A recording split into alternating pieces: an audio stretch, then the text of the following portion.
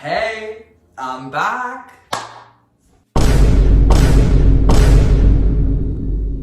Okay, for those of you guys who don't know, I just got back from Colombia. It was a lot of fun, a little stressful, but I covered all of that in my last videos.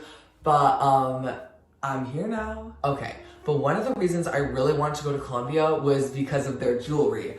A lot of people don't know this, but Colombia is like known for their emeralds and their gold and just like their jewelry in general. So I might have bought a little bit of stuff. I'm not gonna go over everything I got because that would just be a lot. But I did get some pieces that go really well together, and I wanted to make an outfit that goes along with it.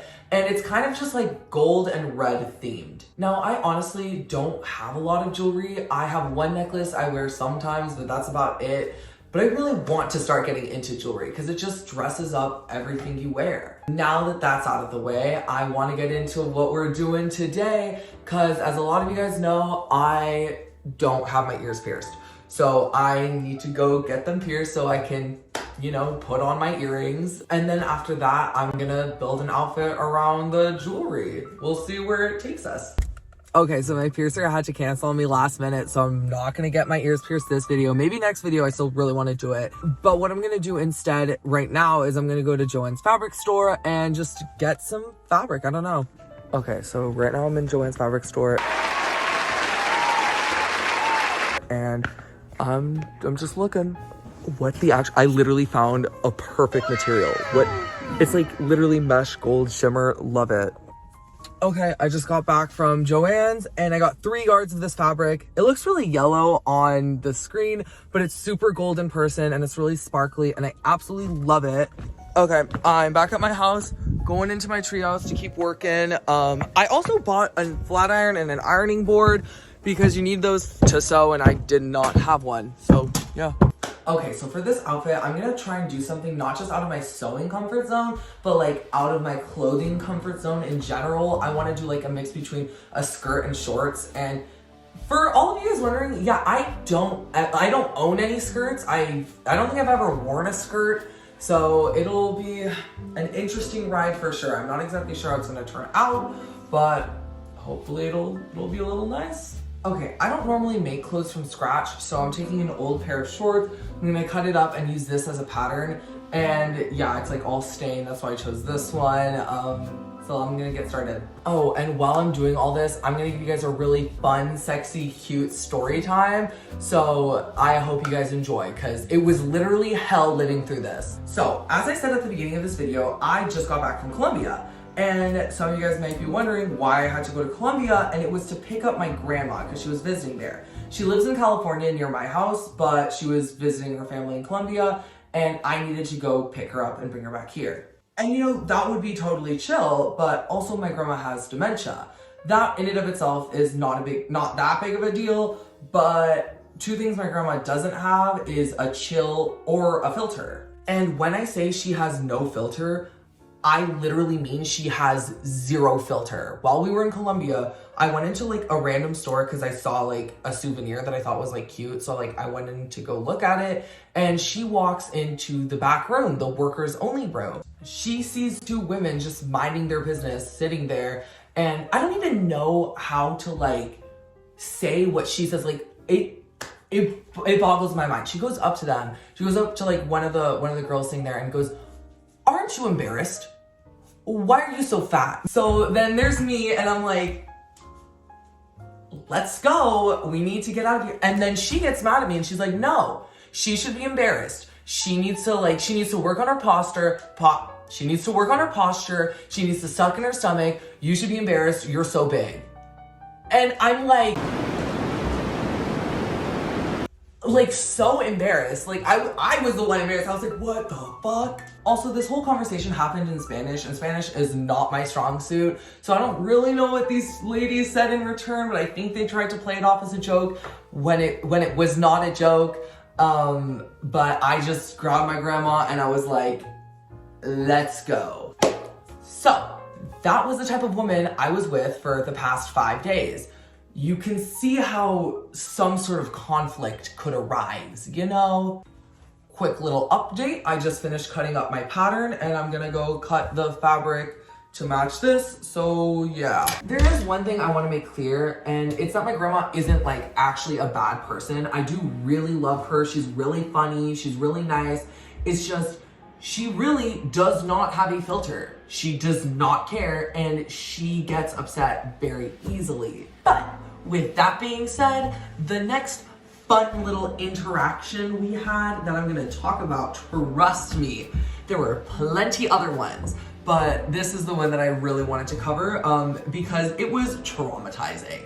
And it was the plane ride, the 15-hour plane ride back home from Colombia. Okay, something else my grandma has is delirium. And if you don't know what that is, it's just like a general air of confusion. She's just always constantly a little bit confused. And when that's paired with dementia, she's confused, she doesn't know what's going on, and her by herself, without any of that, is an angry little Latin woman.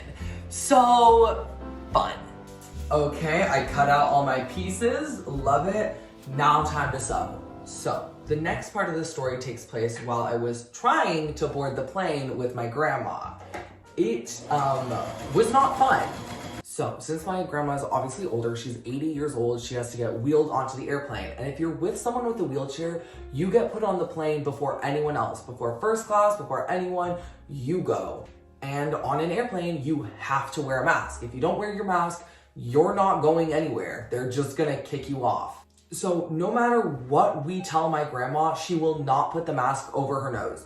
The most she will do will put it under her nose, and I just have to live with it. It is what it is, I will take it. But also, you cannot tell this woman to do anything. If I tell her, hey, please raise your mask, she will just take it off. And that is exactly what happened on this airplane. Obviously, no one else knows how my grandma's gonna react except me. So that was a lie. I don't know how she's gonna react either. But when we go onto the airplane, she has the mask under her mouth. So obviously the flight attendant who's helping us up says, hey, you need to raise your mask. And my grandma says, sorry, it's annoying me, I don't wanna do it. And he says, well, you can't go on the airplane if you don't have your mask covering your mouth and nose.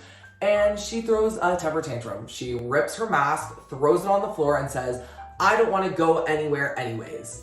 I want to go home, please. Okay, so at this point, my grandma is really, really frustrated, does not want to do anything anyone says. If you ask her anything, she's just gonna try and leave the airplane, and I need to come home with her. So I'm like, just trying to settle everything out, and the flight attendant's like, if she doesn't put the mask over her mouth and nose, you guys are staying here. And you know, I had a fun time in Colombia, but I was not looking really to stay there. So after a good while of trying to get her to calm down, she finally did. I got her to put the mask over her mouth, and I was like, score. But then a new obstacle arose. She needed to go pee. And mind you, we had coach tickets. We were not in the front of the plane, we were in the middle. And apparently, this lady had never ridden coach before. She had only ever ridden first class. So when she tried to go to the front of the plane to go pee, the flight attendant was like, oh, I'm sorry, that's not where you go pee in the back of the plane. And she was not having it. So my grandma asks if she can switch with a first class person, and the flight attendant tells her that, oh, I'm sorry, I can't ask them to switch places with you, but you can go over to them and see if they want to switch places with you. So now my grandma goes to first class and starts asking people to switch places with her. But mind you, she does not do it like that. She is currently in the process of peeing her pants. She goes up to these people and is like, switch places with me or I'm gonna pee right now. No nuance, no context, no nothing, literally just pissing. That is it. She goes up to them and goes, switch places with me or I'm peeing my pants. By the time she asks everyone in first class this, there were only like 8 people. It was a smaller airplane. It was from Colombia to Miami. It wasn't that big. But the pilot makes an announcement and says, you can only go to the toilet that your ticket says you go to, whatever it was. And eventually I was able to get her to just go pee in the back of the plane like the rest of us. But she couldn't stop there, could she? No, she got hungry. This little lady is a menace to society. Oh, and if you're wondering why I keep saying like little lady instead of like grandma or something like that, we call my grandma Mamaita, and Ita in Spanish is just like another way of saying like small or like petite. And my grandma is a fully like 5'1". So she is a little lady and we call her Lil Mama, Mamaita. So Mamaita asks me if I had food for her and I did not. So she starts asking every other person, not just in our row, but in the plane, if they have food for her. And the flight attendants gave her their lunches, not like the meals on the plane, because this was only this plane ride was a 3-hour flight, so there was no meals provided. So the flight attendants gave her their lunches, people gave her their sandwiches. By the time it was all done, she had like 7 people's lunches, and she just put them in her bag. She didn't even eat them. She didn't even touch them. She just collected the food and put it in a bag. I would say that I don't know this woman's thought process, but I don't think there is a process. I think she just does whatever. And honestly, I admire that. I like her tenacity, I like her spunk. I just don't like being near it. Okay, I've sewn both pant legs, now time to combine them. Okay, so I have the shorts on right now. I'm still gonna add a skirt to it, and then I'm also gonna add a waistband. But I really, really like how they're turning out. Okay, I got a little sidetracked and it's the next day, and I'm very sorry, but I just completely did the skirt thing. It's not done yet, but this is what this is what I was going for this. So yeah. Very big vibes, not done yet, still adding details, but I can't believe I didn't film any of that. Okay, so I finished for now what the pants are gonna look like. They're gonna have a little bit more detail, and I'm gonna wear nude underwear with it, so you're not gonna see this huge black line. But yeah, it's supposed to be like super flowy. It's like almost like a skirt with like shorts. And now I'm gonna start working on the top. Okay, so now I'm gonna move on to the shirt or like top situation because it's not really gonna be a shirt. You'll see. I'm using this picture from Pinterest as like an inspiration idea. I just came across it literally today. That's not what my original idea was gonna be, but I was like, oh, I can do that. Okay, so I just finished the sleeves and now I'm gonna attach them to this necklace, but this necklace was really big, so I need to make it smaller. Ergo, I'm in here. Ow, it got stuck to my hair. I needed to get pliers to fix this. Okay, it's a new day. I just washed my hair, so excuse the mess, but I have one little piece left of this, so let's attach the sleeves to my necklace. Okay, this was long and complicated. It took a few tries, but I got it done. Now the sleeves are connected to the necklace, so when I wear it, I can put the sleeves on, and I'm really happy with how it turned out. Okay, before I show you guys, just keep in mind, I do not claim to be a seamster. I know it is not perfect, but I'm really proud of how it turned out. This is way outside of my comfort zone, and for the purposes of what I'm gonna do with it, it works. So, this is the look. The arm sleeves turned out great. I really like the necklace with it. And then the pants, I still need to get nude underwear so that it really just looks like nothing underneath. Really, really excited. I'm gonna do a photo shoot and it's gonna be kind of like just like gold god themed. I don't exactly know yet, but we'll see.